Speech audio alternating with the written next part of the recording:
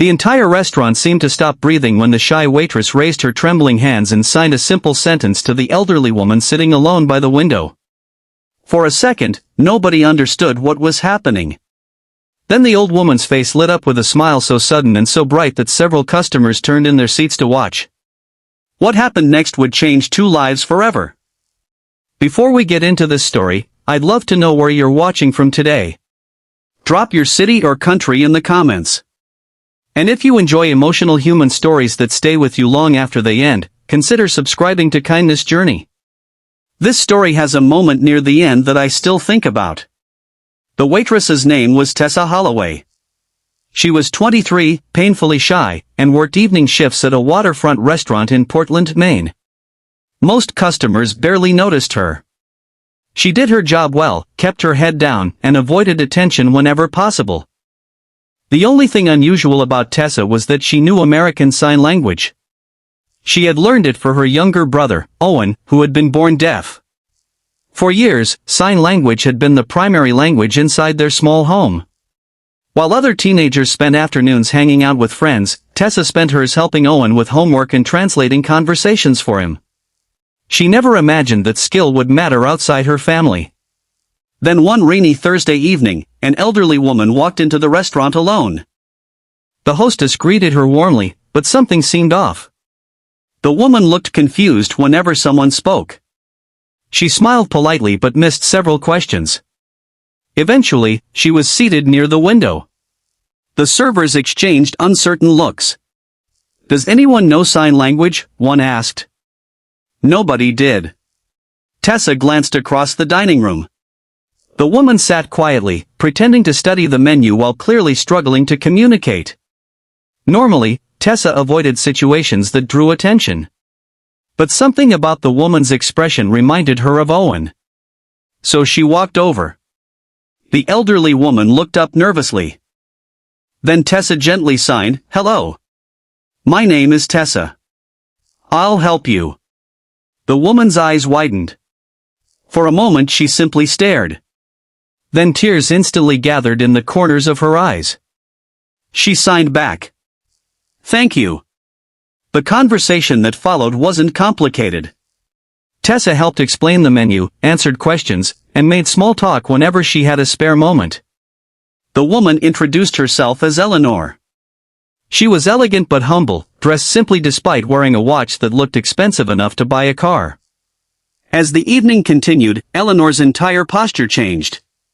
She laughed. She asked questions. She shared stories. For the first time since entering the restaurant, she seemed relaxed. When it was time to leave, Eleanor held Tessa's hand for a moment. "You made me feel visible tonight," she signed. Tessa smiled awkwardly. It was nothing. But Eleanor shook her head. No. It wasn't. The next evening, Eleanor returned. Then she came back 2 days later. Then again the following week. Soon, the staff began expecting her. Whenever she arrived, she requested Tessa's section. The two developed an unlikely friendship.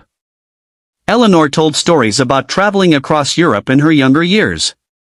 Tessa talked about Owen and her dream of someday becoming a teacher. Yet Eleanor never spoke much about her family. That mystery remained unsolved until one Saturday night. The restaurant was unusually crowded. Every table was full. The kitchen was overwhelmed.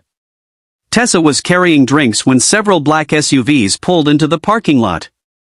A few minutes later, a tall man in a tailored navy coat entered the restaurant. Conversations immediately quieted. Even people who didn't recognize him could tell he was important. The manager nearly ran to greet him. Tessa had no idea who he was. The man scanned the room before spotting Eleanor. His expression softened instantly. He walked straight toward her table. "Mom," he said. Eleanor smiled and signed something. The man responded with basic signs, though not nearly as fluently as Tessa.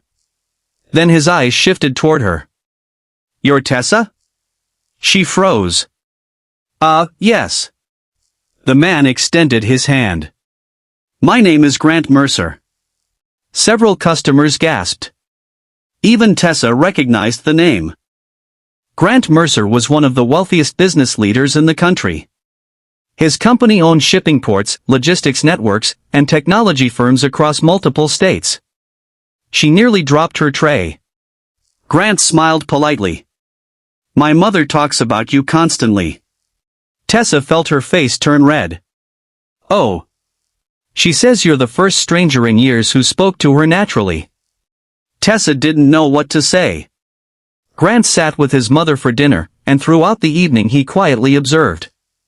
He watched Tessa communicate effortlessly with Eleanor. He watched how she slowed down when signing difficult words.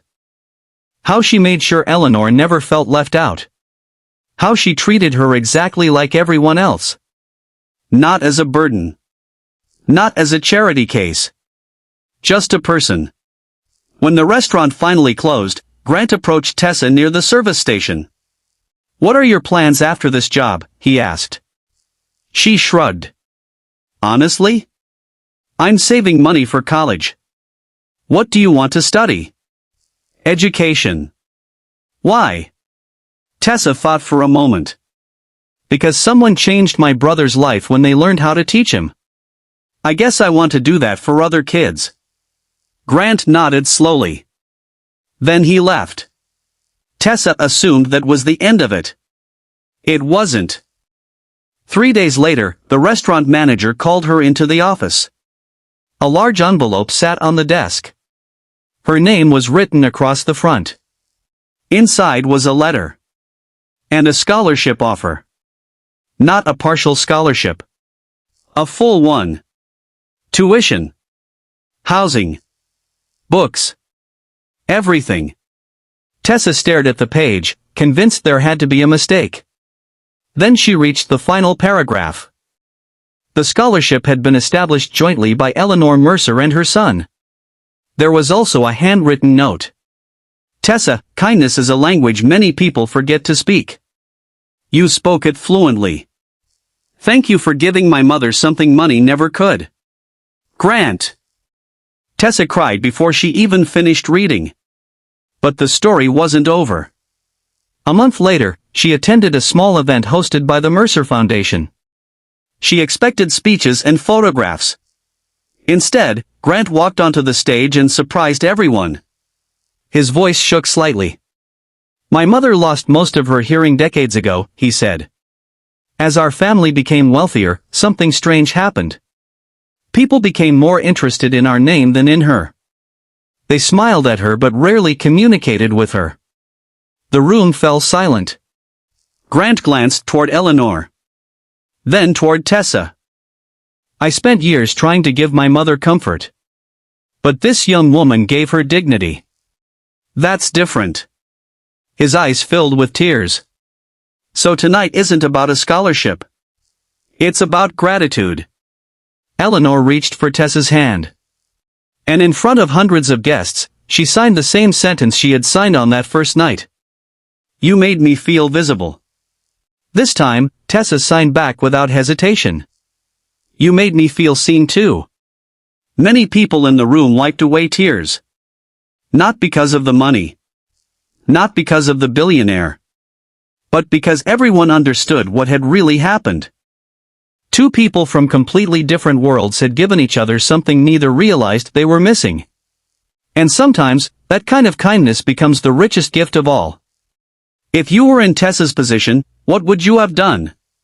Share your thoughts in the comments, and if this story touched your heart, subscribe to Kindness Journey for more emotional human stories that remind us how powerful simple acts of kindness can be.